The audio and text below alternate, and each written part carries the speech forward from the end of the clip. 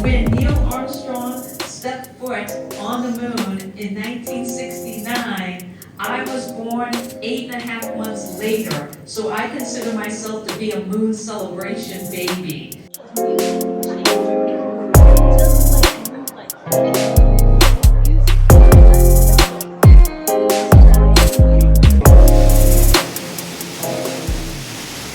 Come here all the time, or this is the 35th? So like you come here every year? Almost every year. Okay, okay, good. What's the difference this year? You feel? I feel much more people this year. Really? Yes. Right. Maybe because it's Saturday, it's the weekend, or Maybe. Usually I come in weekdays. yeah. This time I come in weekend, so maybe more people. Despite the typhoon warning, etc. Yeah. Right? If this is another good place for us to go, yes, this is Typhoon. Yeah, yeah. Do you look for something in particular when you come to the Hong Kong Book Fair? Not really, just come and see around. Browsing around. Yeah.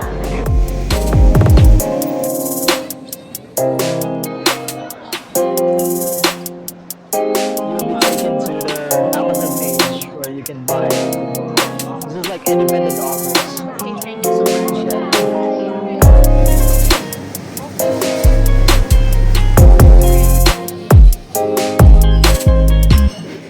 Cool. Now, if we open your notes app, what's the most random thing you've written down that totally captures your brain on a creative day? Oh, and the poems. So if you open up okay. like my notes app, it's where I put notes for poetry. Like the other night, I couldn't sleep and I was talking to a friend and we were talking about the ripple effect.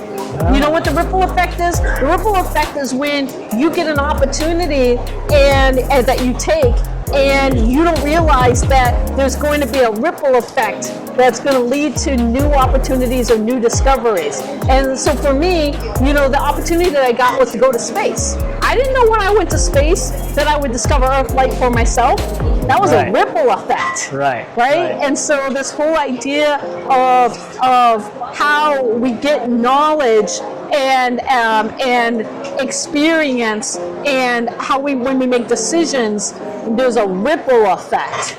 And because of that decision, something later on will be discovered or happen, and that's a direct result of that. And to me, that's what makes it so exciting to go through life and say yes to opportunity and to make opportunity for yourself, because the ripple effect is tremendous. Like when they asked me to come here and speak, and I was like, well, can I do a book signing? I had no idea that I would be connected with the author's perspective. And then that's a ripple effect, right?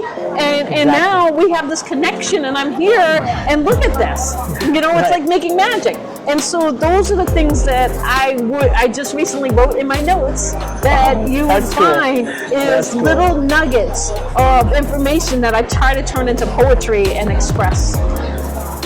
I have a second question to that. So when you say ripple effect, does that also mean if you don't pull the trigger, does that also create a ripple effect in a negative way? It does. Or it's missed opportunities. Like, so I look at that as when you play it safe and you don't like put yourself out there, you don't let your earth light shine and share and do that. Because you can go through the world and keep doing the same thing again and again and never change your routine. But as a result, that's playing it safe. And so I don't necessarily think that there's a negative impact, but you don't get that ripple. You get that your pond stays still, right? and you're fine living in your pond because it's safe and there's no like disturbance or anything. But when you drop that opportunity or that, and you create that ripple, then things get interesting. It gets exciting. Yes, it gets don't know what to- exciting. And people don't realize that because a lot of times people don't take opportunity or make opportunity for themselves because they're afraid that what if they don't get it, or they associate like some negative things that can happen. But you've got to look at it that just by going after that opportunity, again, you've created a little bit of a ripple. It might not be a big ripple, but it's changed you, Yeah. and something else will spring from that you didn't realize because the pond is not the same anymore. That's awesome. That's awesome. Food for the thought. Lastly, and speaking of not pulling the trigger, a message to a lot of writers, authors right now, either have stopped publishing their books or thinking about publishing, marketing, etc., have given up, and they're not pulling the trigger anymore. Yeah. So because they're not sure about events like this. Yeah. Nothing's gonna happen. I'm not gonna be there. It's just a bunch of team. Some of them just don't trust advertising, marketing, etc. So, what are your message to them in general?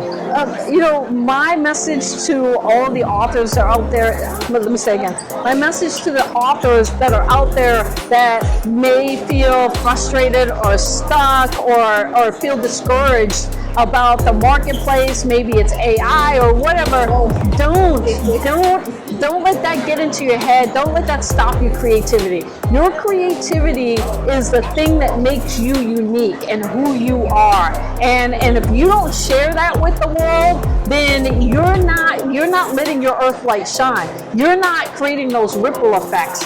And so don't get bogged down in what you can't control out there. Instead, take and use your creativity and work with the people who are going to help you shine and to get your message out there. And so for me, if nobody bought a single copy of my book, I still would have wrote it. Because it was my gift to the world, and who knows, even after I'm gone, if nobody had seen it there, they might have found it later on in life and found inspiration from it. Or even if I only have one person who buys my book, but it changes their life, what a gift.